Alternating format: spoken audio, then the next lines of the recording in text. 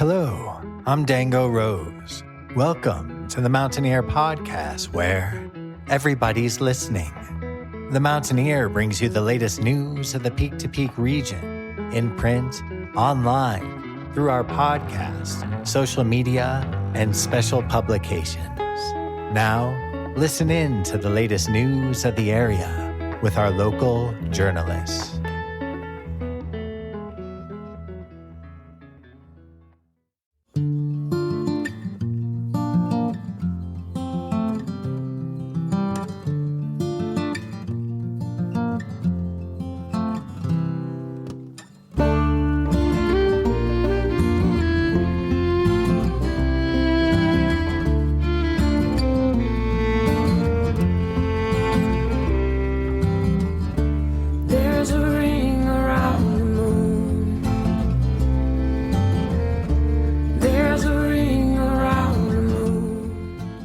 The song that you are currently listening to is called Ring Around the Moon. It's from the debut album from the band Elephant Revival, who will be performing at the Mission Ballroom with very special guest Rising Appalachia very soon. More details coming up later in the podcast. To learn more about Elephant Revival and find their music, be sure to head to their website at elephantrevival.com.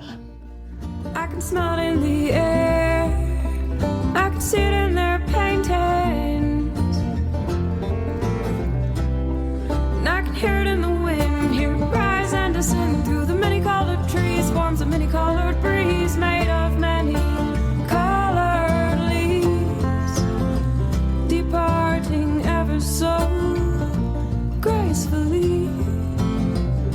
They fall, they fall, they fall, they fall, they fall, they fall, they fall, descending in a sweet melody. Hello there, everybody. My name is Jamie Lammers, and welcome to the Mountaineer Podcast, where in today's episode, I'm bringing you a very special edition, one that I like to call the Podcast Reunion Special. Before we get into today's episode, though, if you haven't subscribed to The Mountaineer yet, then be sure to head to our website at themtnear.com and click on subscribe in the top right corner of our homepage to get full access to our digital archive and scanned copies of our physical newspaper. You could even choose to send a physical subscription to your mailbox or to the mailbox of someone that you love. If you're interested in putting advertising in the paper or podcast, then be sure to head to the mtnear.com/advertise to learn what options are available. Before we get into today's episode, though, I wanted to let you guys know that it's time once again for the annual Mountaineer Poetry Contest. This is a reader-submitted contest with a Reader's Choice poll to vote for your favorite. Poems will be published through April 2025, National Poetry Month. Be sure to head to the mtnear.com/forms/its-your-turn or find the QR code to submit the form by heading to our homepage at the mtnear.com. Next, we're looking for more DJs to join the Mountaineer Podcast. We're always looking for more peak-to-peak voices to feature on this podcast, so be sure to email me at media@themountaineer.com to let me know if you want to be involved in the podcast in any way, shape, or form. Also, email our editor-in-chief, Barbara Hardt, at info@themountaineer.com. Next, I wanted to include music mentions from a venue I haven't been able to shout out yet this month, and that's Eldora Mountain Resort. Eldora Mountain Resort will be closing for the season on Sunday, April 14th, so be sure to head over to 2861 Eldora Ski Road in Nederland if you want to see the final live music events of this ski season. On Friday, April 12th, the Vibrarian will be performing in the Woodward Boombox starting at noon. On Saturday, April 13th, DJ Milk will be performing there starting at 9 a.m., and on Sunday, April 14th, Pomegranate Sounds will be performing there, starting at 9 a.m. On Saturday, April 13th, starting at 1 p.m., be sure to head to the base area deck between West Wing and Timbers Lodges to see Brandywine and the Mighty Fines performing live. And on Sunday, April 14th, be sure to head over to see the Al Capones for their closing day performance at 1 p.m. And finally, this week is the final chance to see Hadestown Teens Edition at Nederland Middle Senior High School. This production, written by Anais Mitchell, is a beautiful and tragic story that follows Orpheus on a journey to the underworld to rescue his beloved Eurydice. We meet Hades and Persephone as they try to mend a strained and decaying relationship. We are introduced to the Fates, who are ever-present controllers of destiny, and the Workers, who represent the common man and are essential to the musical's themes of labor and rebellion. This tragic musical not only retells the Greek myth in a new and vibrant form, but it is a strong commentary on the state of our current world and what it means to make sacrifices and face adversity, and to dream of a better world.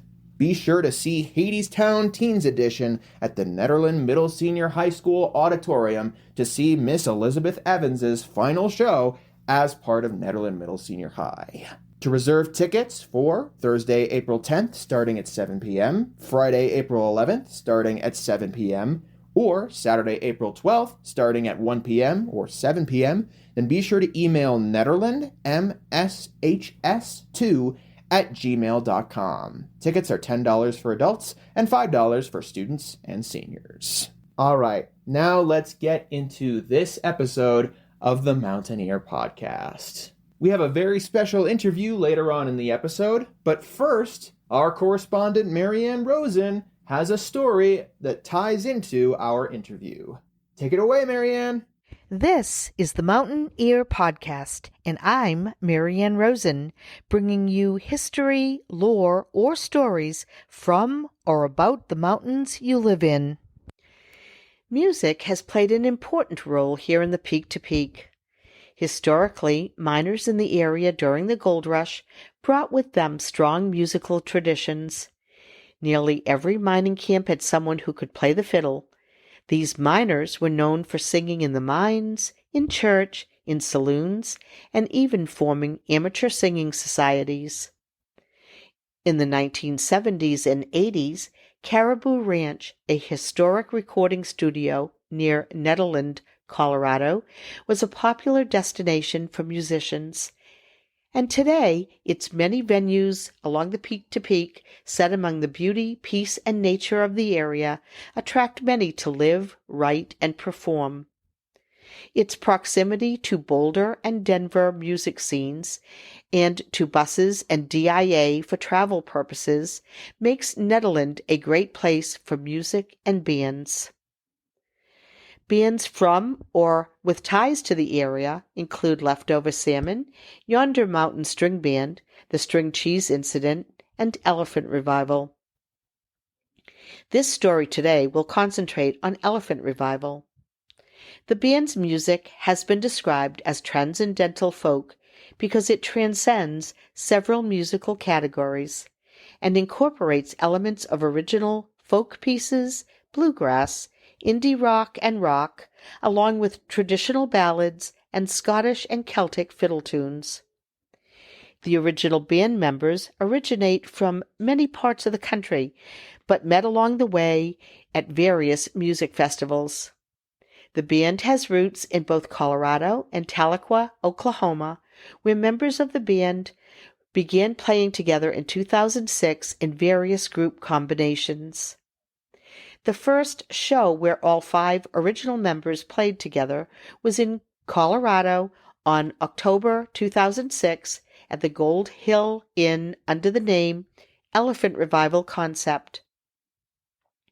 After solidifying the group consisting of Bonnie Payne, Bridget Law, Dango Rose, Sage Cook, and Daniel Rodriguez, the word concept was dropped from the name. Elephant Revival's debut self-titled recording was released in 2008, and they went on to release 4 additional albums and an EP before going on hiatus in May of 2018 after a sold-out headlining show, their third at Red Rocks Amphitheater. By then, Sage Cook had left the band and Darren Garvey and Charlie Rose had come aboard. After a 4-year hiatus, Elephant Revival reunited without Daniel Rodriguez for a performance in Lyons, Colorado at Planet Bluegrass in August 2022. They are currently still performing and touring, though a little less frequently. Current members Bonnie Payne, Bridget Law, Dango Rose, Charlie Rose, Darren Garvey, and Daniel Sproul are all multi-instrumentalists and contribute both to vocals and to songwriting. Their next performance is April 11th at the Mission Ballroom in Denver, Colorado. Playing with them will be Rising Appalachia, an American Appalachian folk music group led by multi-instrumentalist sisters Leah Song and Chloe Smith. Based currently in North Carolina, they have been active in helping their community to come back after floods hit North Carolina after Hurricane Helene. Backtracking now a bit. How did Elephant Revival end up in and forming in Nederland? Some of that has to do with founding member Dango Rose. Dango moved to Nederland in 2001 following a couple of bands there. After bussing tables at the Neapolitan restaurant, he joined the band High on the Hog as their upright bassist. The band was a foot-stomping pickin' bluegrass band with a cult following, who played often at the Pioneer Inn. Music had made a big resurgence in the area, with Ben Kaufman, Vince Herman, Dick Johnston, Drew Emmett, and Steve Austin playing around the area. Rose ended up heading to Virginia, North Carolina, New Orleans, and Woodstock, New York, where he got to know and play with Pete Seeger. After meeting the original band members along the way and loosely forming the band in Tahlequah, Oklahoma, the musicians headed to Nederland in 2006 with some encouragement from Dango. There, the band was launched. Stories have been told that when Bonnie Payne, Daniel Rodriguez, and Vince Herman all lived near one another, that their impromptu music and jam sessions in the area were legendary. We are now fortunate to hear an interview with University of Colorado at Denver professor in the MEIS and Songwriting Department, member of Elephant Revival, and the Mountain Ear's own Dango Rose. And remember, get your tickets for the April 11th show at the Mission Ballroom in Denver with Rising Appalachia and the Father Time Drumline. Listen in next time to the Mountain Ear Podcast for more mountain history, lore, or stories. I'm Maryann Rosen. Thank you for listening. Take it away, Jamie Lammers. Thank you so much, Maryann, for bringing us yet another great segment for the podcast. And now, to transition into the interview portion of this episode. Our guest this time around, do you mind introducing yourself real quick? Yeah, hello, my name's Dango Rose. You might recognize Dango's name and voice from the Mountaineer podcast, where he served as a correspondent for many years and still serves as the voice for the intro and outro. However, during all that time, I never had the chance to interview him. I am so excited to talk to you, Dango. Am I right in saying that you've transitioned more over the last couple of years to focusing on your music endeavors? Yeah, I'd say I've always been focusing on music endeavors. Love working for the Mountaineer, though. It's an amazing thing, just sort of like an ongoing relationship with the Mountaineer newspaper all the way since 2006, I think. Of course, one of those musical endeavors is the band Elephant Revival. And they're performing a very special show soon, huh? Yeah, Elephant Revival is playing at the Mission Ballroom on April 11th with our good friends Rising Appalachia. I've been wanting to interview you, Dango, about your musical experiences, particularly through Elephant Revival, for years. I am thrilled to have you on as a guest today. And finally, I get to ask you the question, How did you get started in music in the first place? I was really fortunate growing up in Chicago. I shared a driveway with neighbors. And then when I was 14 or 15, I had just started playing bass. Bass was my first instrument, which makes sense. And then when I was 14 or 15, the new neighbors moved in and started a bunch of different Chicago bands out of my driveway. So I had 3 different Chicago bands that were getting together and rehearsing, in the summertime. Otherwise, the rehearsals would be inside. And so that was like Cornmeal, band like Jam Pico, and another band called Rebecca's Statue. And it was just like this really sweet time, and it was Providence, Kismet, Synchronicity, that I just had so much influence sort of come to me. And then my neighbor was a really accomplished songwriter, and he was just writing songs all the time. So I would sit with him at the kitchen table at his place and just sort of watch him write songs, which is an experience that I think comes commonly, is just sit there with him while he wrote songs. So that was cool. Yeah, and then I had started playing with my friends before that, but that was really the pivotal stuff. And then I started driving down to the Chicago Old Town School of Folk Music after school, probably about 3 days a week. And so I started taking classes at the Old Town School of Folk Music institution in Chicago. And when did you start immersing yourself in the Colorado music scene specifically? Well, I moved to Netherlands in September 2001, right after NedFest that year. And I was touring around with my friends in a band called The Slip and the Miracle Orchestra, and I was just helping them out on the road, and all roads led to NedFest, which was just amazing. And then I had some friends that were getting a house up there. They needed another roommate, and it all just fell into place. And on my walk up to the house, I found this Frisbee on the ground. Blue Frisbee. On the back of it was written "High on the Hog." And I'm like, what is High on the Hog? And I'd been traveling around the country with an upright bass and my dog in the back of an old Red Trooper 1989 Isuzu. It's like a big manual transmission in the middle. And anyways, I get up to the house and somebody's like, "High on the Hog." I saw a poster for that in town. And I just followed the leads. And they were an old-time Appalachian string band that did not have a bass player. And so I went to their show at the Acoustic Coffee House. And I was like, "Hey, I got a bass in the back. I'm your bass player." I was pretty confident at the time. And shortly thereafter, I started playing in the band High on the Hog out of Netherlands. In that era, when Yonder was still fresh, extremely fresh, 2001, Shanty Groove, Tall Trees Grove, Leftover Salmon, String Cheese, everybody was still meeting up at the Pioneer Inn for those Wednesday night picks. And man, I just feel fortunate to have been able to be a part of that, and so fresh at the time. But yeah, that is when I started out, 2001. 2002, pretty much right when I got to Netherlands. So usually when I record and edit these interviews into each episode of the Mountaineer podcast, I try my best to edit out any mistaken information I gave to the guest during the interview. But I feel, unfortunately, this mistake is unavoidable for the final cut of the episode. For all this time, somehow, I thought Dango joined Elephant Revival later on in their foundation.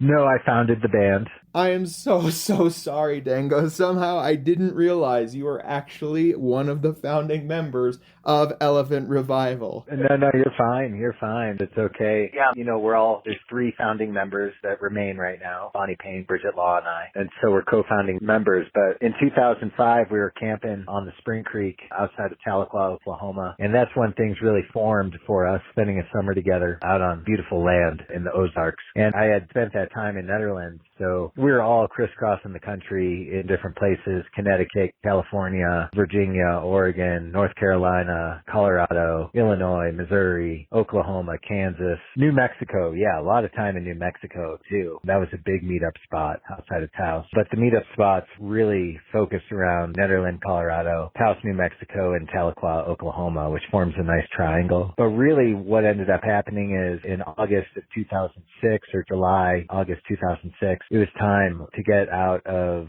Northeast Oklahoma, and all I needed to do was to call the band together. And that's what I did. I booked shows and then invited a bunch of our friends, the friends that had been crisscrossing the country and meeting in different various points. And I had been living with the Payne family at the time. So, clearly Bonnie Payne's number one. And then friend Daniel Rodriguez kept coming through from Connecticut, so he got the invite. And Paige Cook, we met at Winfield Bluegrass and also a Rainbow Gathering, and he got the invite. Bridget Law had met way earlier in Colorado, and she was crisscrossing with us, and of course she got the invite. Then And then there were more people that, nobody even really might know about, like Allison Olasa, our friend from Wichita, Kansas, got an invite. Charlie Rose, our current banjo pedal steel player, multi-instrumentalist, he got an original invite, but he was out in Boston at the time and couldn't make it. And it was really just a matter of seeing who showed up. And then after we showed up, who continued to show up. And then after we continued to show up for about 3 months or so, we're like, okay, I think we're a band. So the Elephant Revival concept is what it was called at first. And then in September of 2006,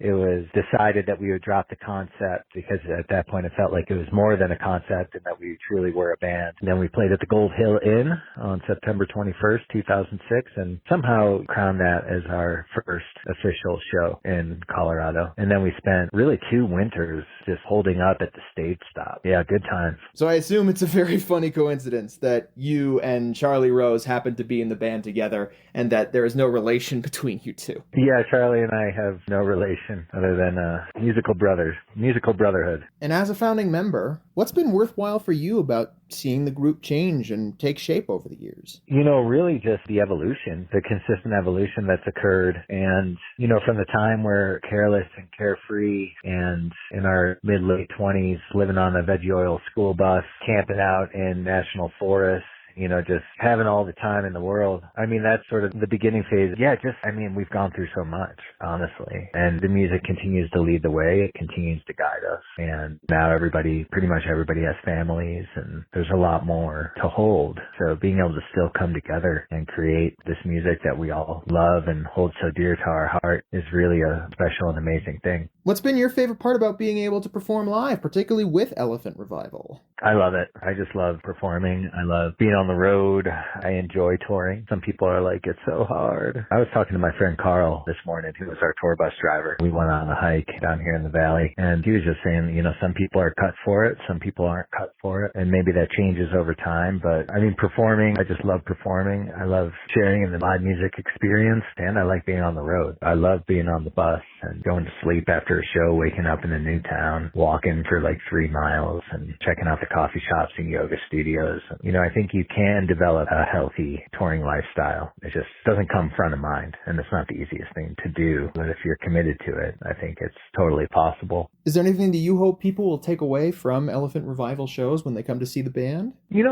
Open-hearted experience that brings them closer to themselves and to each other and to the community and helps people feel less alone, less isolated. We're all in this experience together, and divisions fall away, and we're able to focus on those elements of art and music and nature that unite us, that bring us together. And it's not just Elephant Revival. That's the live music experience, and I hope that just is able to continue as we keep moving onward here and as our times are changing. I think it's just so important. I think what happened in the 60s up until now, the music changes, but the soul remains. And yeah, so from an Elephant Revival show, we're very much focused on the song, and we let the song lead, we let the song guide, and we have performance aspects as well that light up the night. So I just hope everybody comes home and is able to be inspired and in tune with just that version of themselves that's right ahead of themselves, if that makes sense.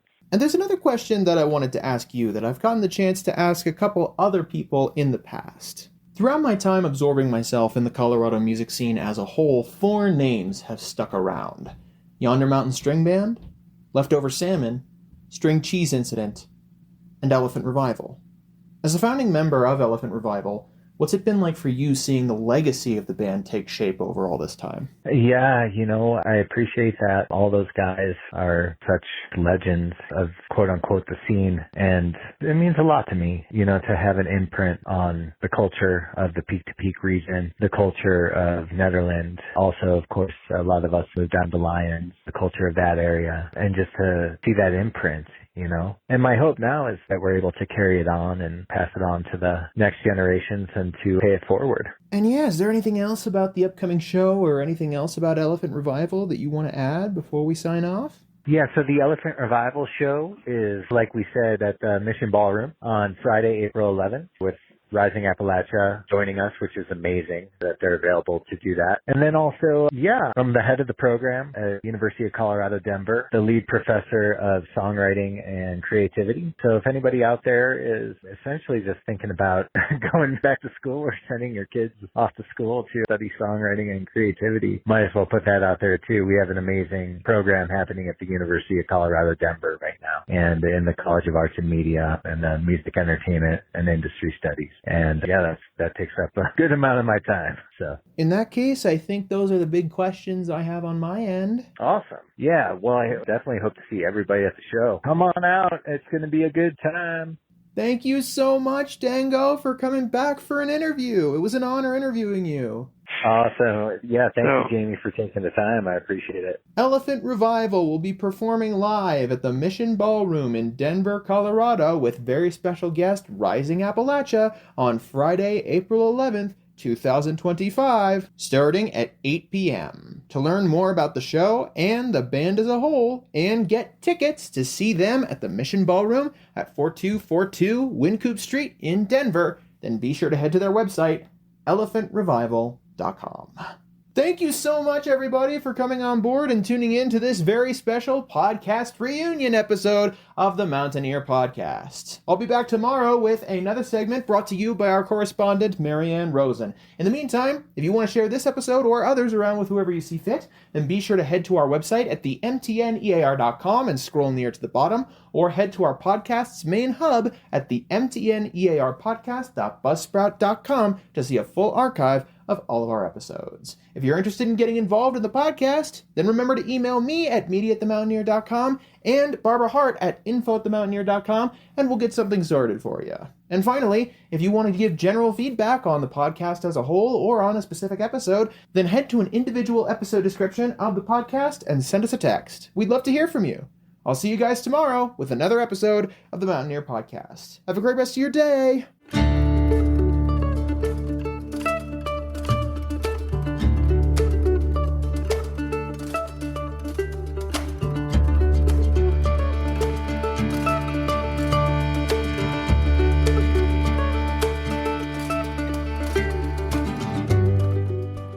The song that you are currently listening to is called The Pasture, and it's from the 2013 album by Elephant Revival, These Changing Skies. You can find many more albums from Elephant Revival wherever you get your music. And to learn more about the band as a whole, be sure to head to their website at elephantrevival.com. They'll be performing with very special guest Rising Appalachia at the Mission Ballroom in Denver on Friday, April 11th, starting at 8 p.m. To get your tickets now, be sure to head to their website.